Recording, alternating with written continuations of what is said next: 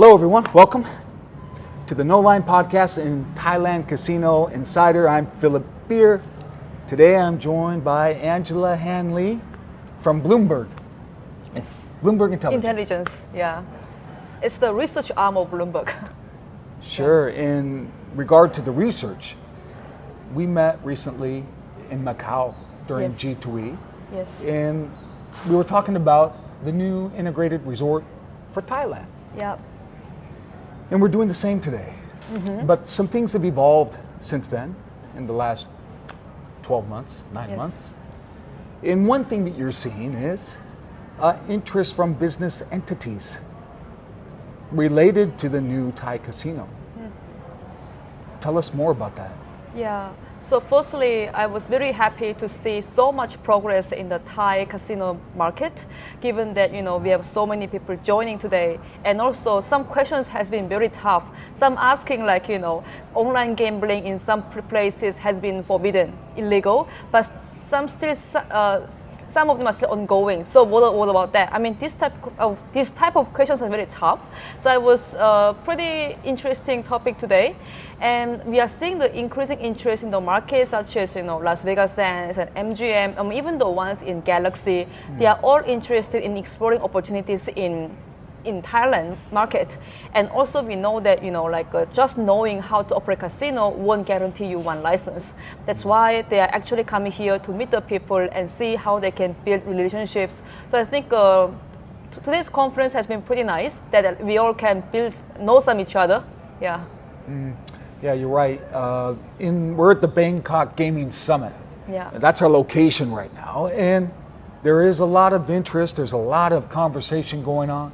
A lot of open communication about what is good for Thailand in regard to a legal casino. A lot of thought seems to be going into it. But then you're also seeing this kind of business interest. Yeah.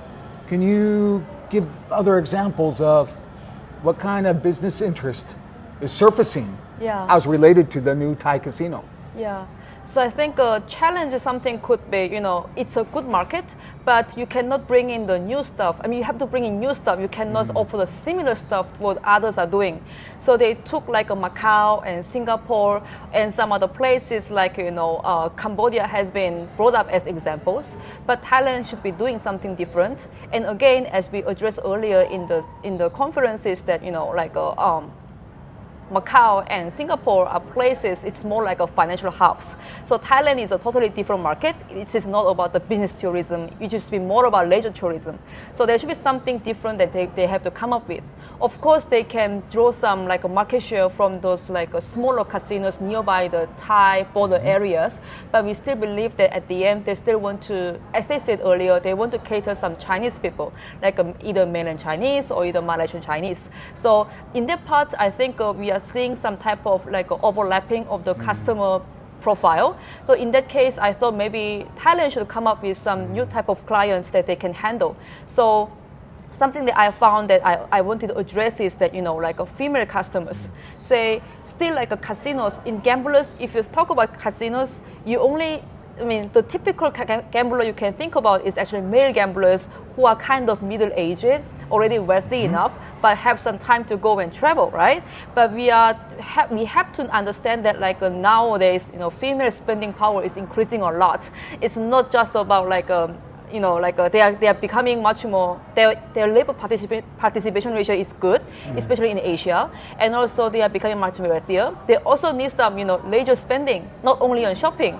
So on that sense, I think that the female market is something that they can deal with. For example, we heard female gamblers percentage or ratio in Malaysia has been pretty nice.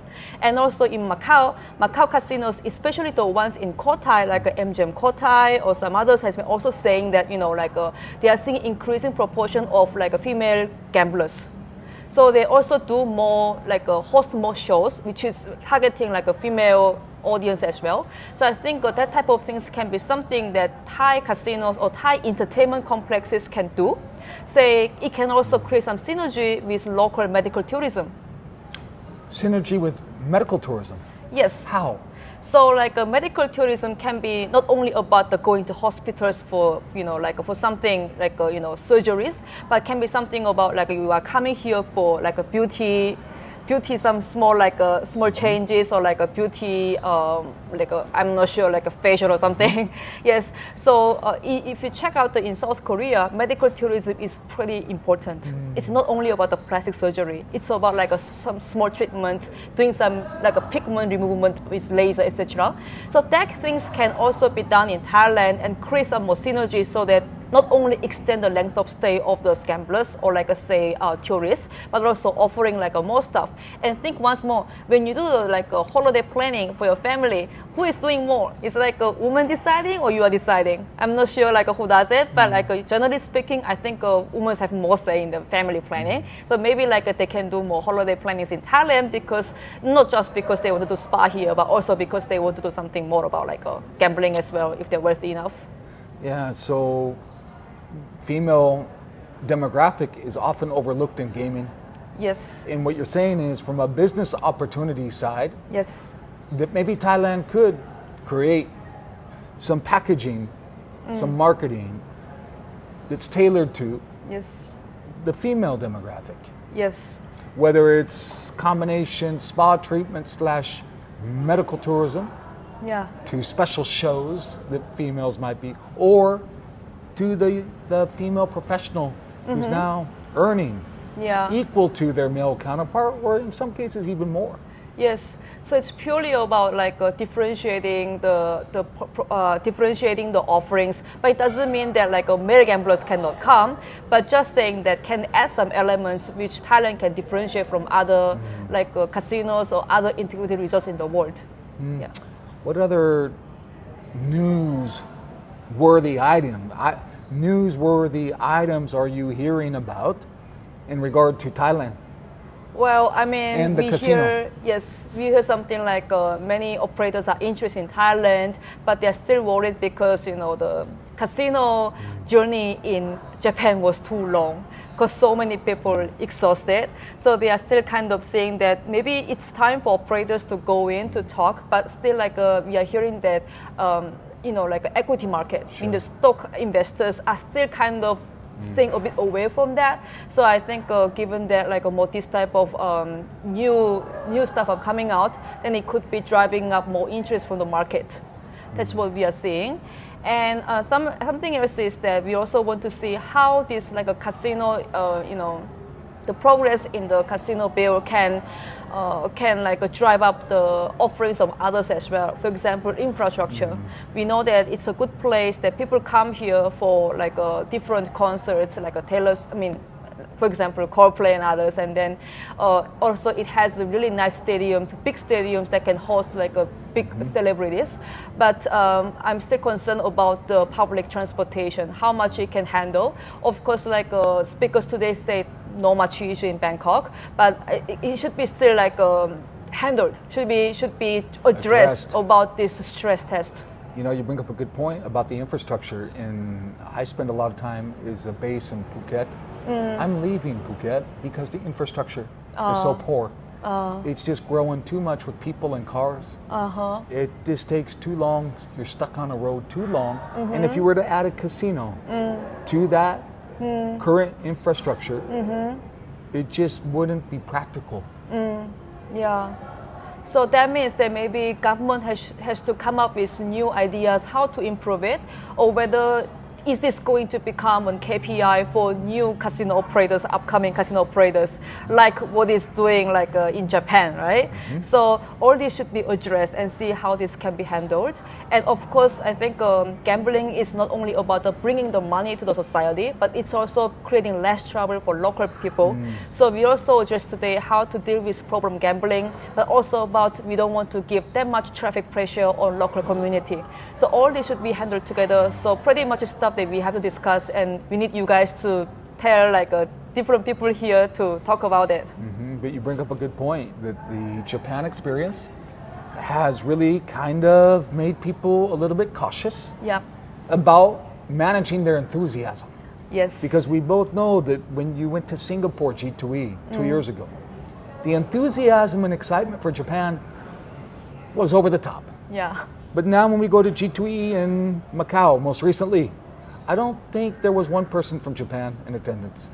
You know, it went from 2022, all the excitement, to almost nothing now. Yeah.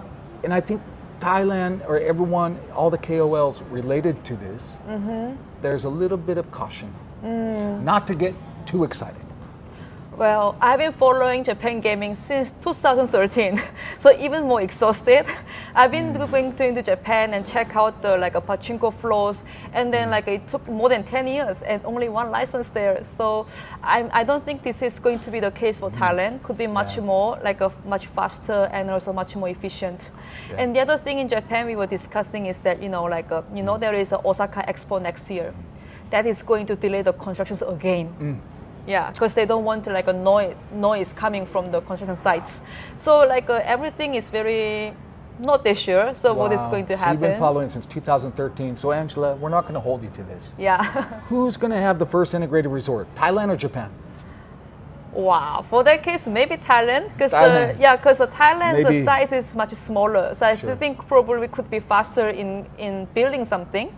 Could be the case. Maybe it could be a bit more exciting than Japan by now. Yeah. And what is your estimate for which year will Thailand have its first integrated resort open? Oh my God, I don't have the number yet, but could be something like if someone gets the license, maybe it takes 2 or 3 years to open it. Think about after what is happening in wind in UAE. I think usually we can estimate a construction should be taking 2 to 3 years. Or maybe a bit longer if need something more, but I assume that Thailand is also in rush to push this out.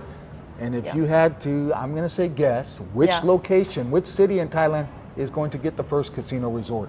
Where? Bangkok. Bangkok. Yeah, should be Bangkok first to see. Yeah. I think some challenge could be more about, what type of clients they want to attract. So if that, because we also in the conference, we heard some news, some people saying, non-gaming cannot be that big, but gaming should be smaller. We had these discussions, but this is more about what type of clients we are facing. So for example, if you're talking about Asians or more Chinese ethnics, then for them, gambling is more like an investment.